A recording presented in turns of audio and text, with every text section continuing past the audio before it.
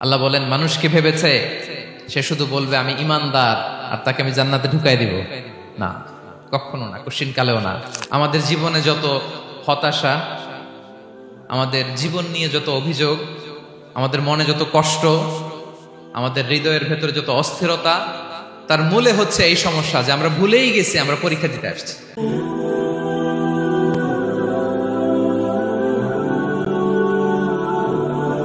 পৃথিবীর ফিচার হচ্ছে এখানে বিপদ থাকবে, বিপদ ছাড়া কেউ থাকবে না। স্ট্রাগল থাকবে, কষ্ট থাকবে, ঝুঁকি থাকবে, রিস্ক থাকবে এবং নানা ধরনের বিপদ আপদ দিয়ে আল্লাহ তাআলা আমাদেরকে পরীক্ষা করবেন।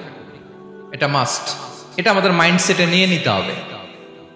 মাইন্ডসেটে এটা ক্লিয়ার থাকতে হবে। চিরসুখ চিরশান্তি এই দুনিয়াতে মিলবে, কোথায় মিলবে তাহলে? এটা তাহলে বিপদ আসবেই, আপদ আসবেই, পরীক্ষা থাকবেই আমাদের জীবনে। তবে ইন্টারেস্টিংলি মজার বিষয় হচ্ছে পরীক্ষাটা এক একজনের এক এক রকম।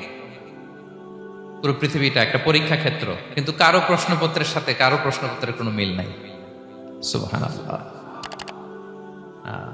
আমার পরীক্ষা একরকম, আপনার পরীক্ষা আরেক রকম, ওই ভাইয়ের পরীক্ষা আরেক রকম, ওনারটা আরেক রকম। সবাই পরীক্ষার্থী, সবাই পরীক্ষার্থী, কিন্তু কারো প্রশ্নপত্রের সাথে কারো প্রশ্নপত্রের কোনো মিল নাই। কারো জন্য পরীক্ষা হচ্ছে সে খুব অসুস্থ, প্রচন্ড অসুস্থতা, তার জন্য পরীক্ষা। ক্যান্সারের রোগী, দুরারোগ্য ব্যাধি, ডক্টর বলছে 4th স্টেজে চলে আসছে, কয়েক মাস বাঁচতে পারে, এটা তার জন্য পরীক্ষা। আবার কারো দেখবেন যে খুব একটা অসুস্থতা নাই, অসুস্থতার ঝামেলা নাই, কিন্তু তার দারিদ্রতা আছে, তার আর্থিক অনটন, এটা তার জন্য পরীক্ষা। আবার কারো দেখবেন অসুস্থতাও নাই, দারিদ্রতাও নাই, তার দাম্পত্য জীবনের সমস্যা আছে না নাই? অনেকের দেখবেন এগুলো কোনোটাই সমস্যা না, তার ছেলে কথা শোনে না, মাদকাসক্ত। আহা, মাদকাসক্ত, রিহ্যাবে পাঠায়, আবার আসে, আবার গাঁজা খাওয়া শুরু করে, আছে না নাই বলেন? দেখেন তার পরীক্ষাটা আবার আলাদা। অনেকের দেখবেন মেয়ে বাবার কথা শোনে না। আবার অনেকের দেখবেন যে ব্যবসায় সমস্যা, লসের পর লস, লাভ উঠাতে পারে না। তাহলে পরীক্ষা ছাড়া, বিপদ আপদ ছাড়া দুনিয়াতে কেউ নাই, কেউ নাই প্রিয় ভাইরা। এটা আমাদের মাথায় রাখতে হবে। পরীক্ষা আপনাকে দিতেই হবে, পরীক্ষা দিয়ে দিয়েই নিজেকে প্রমাণ করতে হবে।